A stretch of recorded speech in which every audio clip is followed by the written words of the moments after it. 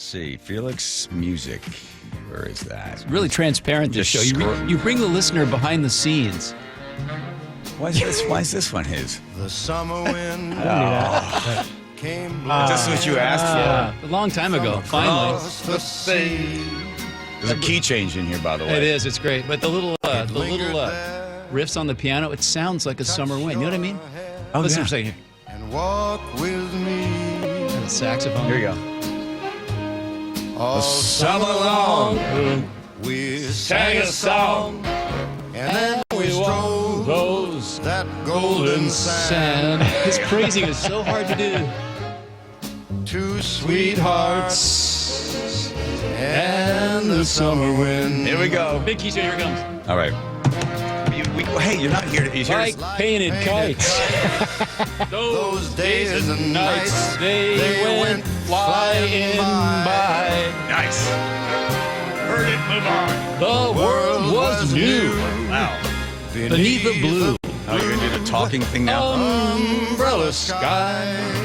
Song's 2 minutes and 23 I know, seconds we're long. done. No, you keep going. Yeah. Softer than A piper man, one day he called to you.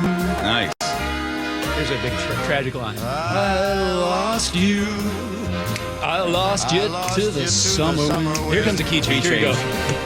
Everybody, stay with us. the autumn wind. And the winter winds, they have come and gone. Boo-doo-doo-doo-doo. Here's Nelson Riddle. Still the Days, those lonely days go on and on. And guess Each who sighs I can't do the high part here. through The nights that never end. You can't rush his phrasing. My fickle friend, the summer wind. There's one more line here. Summer winds. There's one more. Warm summer winds. Good song. All right. We're getting charged for this one. That's Out for of sure. time. Oh yeah, we got the ASCAP on that. That's gonna. Wow. They're gonna see that in Salt Lake. And what is this? Yeah. I'm really excited this morning. Are you here for any other reason? No, I just want to come in and share my love of Let's the play it chairman again. Of the chairman Here of it the is one board. more time. Exactly. I can't wait to hear it again. Oh, there you go. man. No, it is ghost time because, Yes. Ooh. yes, you talk Speaking about of Frank Sinatra. history and things like that, searching for ghostly Yeah. local myths at the Fire Trail Road and Fort So Case. you know what it's like to work in local media when all the stories have been told before, right? And so it's Halloween, so people hear stories about people have like their haunted basement, or they have the ghost they saw in their hotel or whatever. I want to go one step deeper because this isn't just a radio station. This is a cultural anthropology research station, right? So I want to get out there and find stories that people tell that are more sort of neighborhood or community focused. So it's not just your own haunted basement. It's like, oh, the house at the end of the cul-de-sac, everyone knows is haunted. Or that cave. I'm it's channeling good. for Merv Griffin. Yeah, Senator George Norrie as Merv Griffin there, kind of. No, but seriously, because I love when there's just stories that are sort of oral tradition that haven't made it to social media or haven't made it in some sort of silly radio story yet. And there's this place called Fire Trail Road up in kind of between Marysville and Smoky Point. And there's this guy named Al who back in the 70s would go out there with his high school friends. Can I have my computer to play some audio, Andrew? There we go. And they would sit in this station wagon all packed in, and they would see sometimes a light in the sky over the car.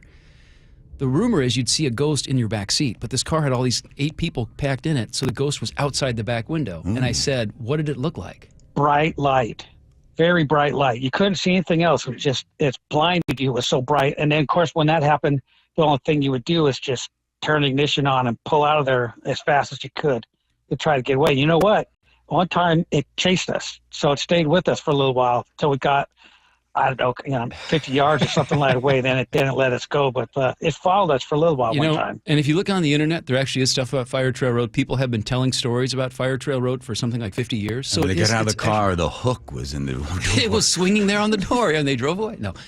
These aren't like A-list Hollywood stories that everyone's going to know, but they're these little neighborhood things, and that's stuff that I love. This sort of micro mythology. Yeah. Because we've all heard the stupid stories about the Sasquatch or D.B. Cooper. Those stories have been done to death. Yeah. I'm looking for new material. I'm desperate for new material. I hear that. I see it. But here's where it was all. Here's what inspired it.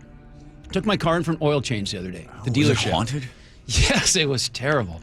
It was 30 weight. Ooh. It was dark and oily. No, but Ryan, who's one of the service advisors at this dealership I go to, he said, hey, you're a radio guy. You ever hear the story about the haunted hand at Fort Casey? No. And I said, the what?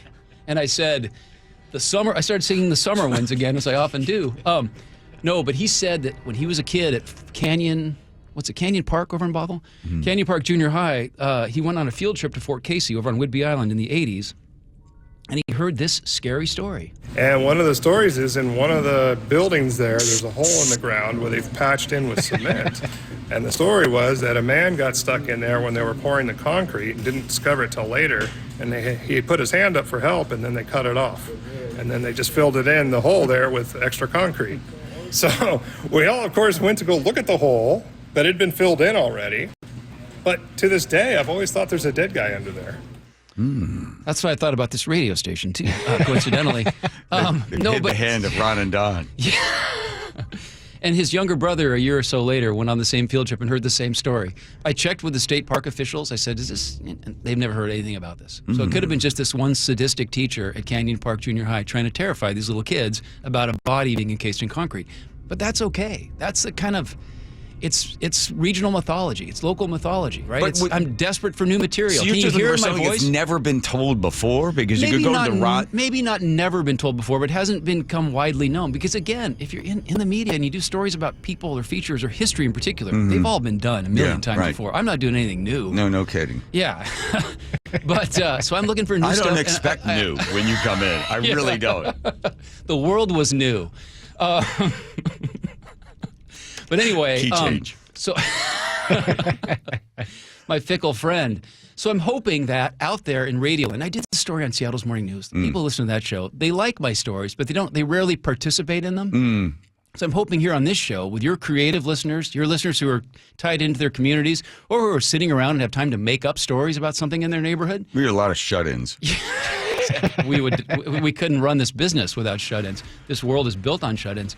But anyway, seriously, if there's stories about stuff in your neighborhood, or maybe where you have your vacation cabin, or something at your old school, some kind of community spooky story that may not have seen the light of day before, email me, fbanel, F-B-A-N-E-L, at KIRO Radio, and tell me the story. And maybe if I get any good ones, I'll come back next week and share those with you. We can sing some other Frank Sinatra Now, what's song. it when you say good ones? Are you just talking about anyone? Because you said you get good ones. I have a sense you'd come back with anything. No, I'm very discerning. I think the story has to be a recognizable location, like like Fort Casey or Fire Trail Road. Fire Trail Road. All right, take that back. But it just has to have some kind of element you can identify with, like middle school kids on a field trip being told about a body in the concrete with a hand cut off of it. That's brilliant. All the elements. Have you been to the Brick in Roslyn? They've got ghosts there. They got. You know that whole thing? I don't know that story. I've been there before. It's been many years, though. Okay. All right. Well, there you go. Does that count? Do I win a prize? Well, someone has to actually tell me the story, though. So. Okay. But you see, you get what I'm trying to do here, this sort of cultural anthropology thing, because these stories are meaningful. It's how people transmit values of a community in a region. Otherwise, we're just like Illinois or Florida or someplace. I like what's different about the Northwest. Did you ever hear this? Dead bodies in concrete. How about the Tokeland Hotel? Oh man, they need to tone that down a little bit. It's a little come on a little strong. I'd rather hear about like the comfortable beds before I hear about the ghost. You're like, stop cashing in on the haunted place at Halloween. How dare you? How's the food? Yeah. Is it try to say you're haunted? Is it at easy Halloween? to park? Is there good Wi-Fi? Do you have HBO?